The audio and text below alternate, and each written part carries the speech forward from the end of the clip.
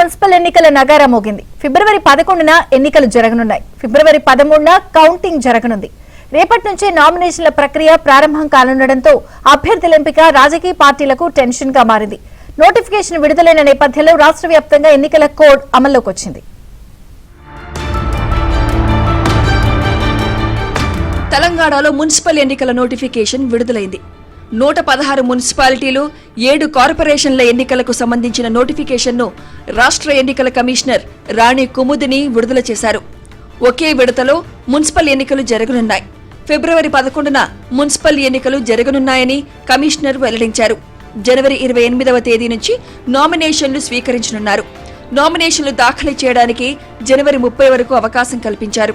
అలాగే 31వ తేదీన నామినేషన్ల స్క్రూటినీ ఉంటుంది. నామినేషన్ల ఉపసంహరణకు ఫిబ్రవరి 3వ తేదీ వరకు అవకాశం ఇచ్చారు.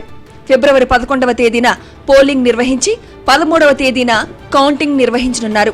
116 మున్సిపాలిటీస్కి టర్మ్ ముగిసిపోయినటువంటి వాటికి, అలాగే కొత్తగా ఫార్మేషన్ అయినటువంటి వాటికి ఈ ఎలక్షన్ షెడ్యూల్ ద్వారా రేపటి నుండి నామినేషన్స్ మొదలవుతాయి. ఎలక్షన్ నోటీస్ ఆర్ఓలందరూ కూడా రేపు ఇష్యూ చేస్తారు. డేట్ ఆఫ్ పోల్ 11వ తేదీ ఫిబ్రవరి. ఏదైనా రీపోల్ కనుక ఉన్నట్టయితే 12వ తేదీ నిర్వహిస్తాము. కౌంటింగ్ 13వ తేదీ 8 గంటల నుండి ఉంటుంది.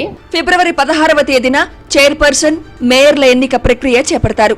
ఈ ఎన్నికల్లో 52,43,000 మంది ఓటర్లు తమ ఓటు హక్కును వినియోగించుకోనున్నారు. మొత్తం 2,996 వార్డులకు ఎన్నికలు నిర్వహిస్తుండగా 8,203 పోలింగ్ కేంద్రాలు ఏర్పాటు చేశారు. ఓట్ల కౌంటింగ్ కోసం 136 కౌంటింగ్ కేంద్రాలు ఏర్పాటు చేశారు. ఎన్నికల కోడ్ నిబంధనలను ఉల్లంఘించిన వారిపై కఠిన చర్యలు తీసుకోవడం జరుగుతుందని ఎన్నికల అధికారులు స్పష్టం చేశారు.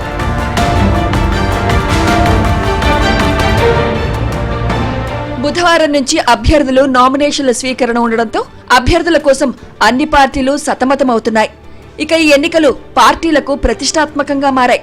మొన్నటి సర్పంచ్ ఎన్నికల్లో కాంగ్రెస్ మెజారిటీ స్థానాలను సాధించింది. ఇప్పుడు మున్సిపల్స్ లో కూడా ఇదే పునరావృతం అవుతుందని ఆ పార్టీ జోస్యం చెబుతోంది. ఇప్పటికే పట్టణాల్లో పలు అభివృద్ధి కార్యక్రమాలకు ప్రభుత్వం శ్రీకారం చుట్టింది. పలు జిల్లాలో రేవంత్ పర్యటించారు కూడా. అంతేకాదు, పార్లమెంట్ నియోజకవర్గాల వారీగా మంత్రులను ఇన్ఛార్జిగా కాంగ్రెస్ నియమించింది. బీసీలకు ప్రాధాన్యం ఇవ్వాలని కాంగ్రెస్ భావిస్తోంది.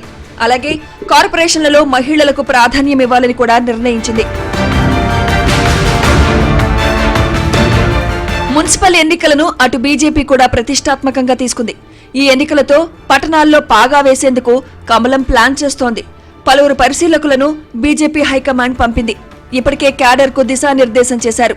అయితే మున్సిపల్ ఎన్నికల్లో పోటీ చేస్తామని జనసేన ప్రకటించింది. ఈ క్రమంలో ఎన్నికల షెడ్యూల్ రావడంతో బీజేపీ జనసేన పొత్తు చర్చనీయాంశంగా మారింది.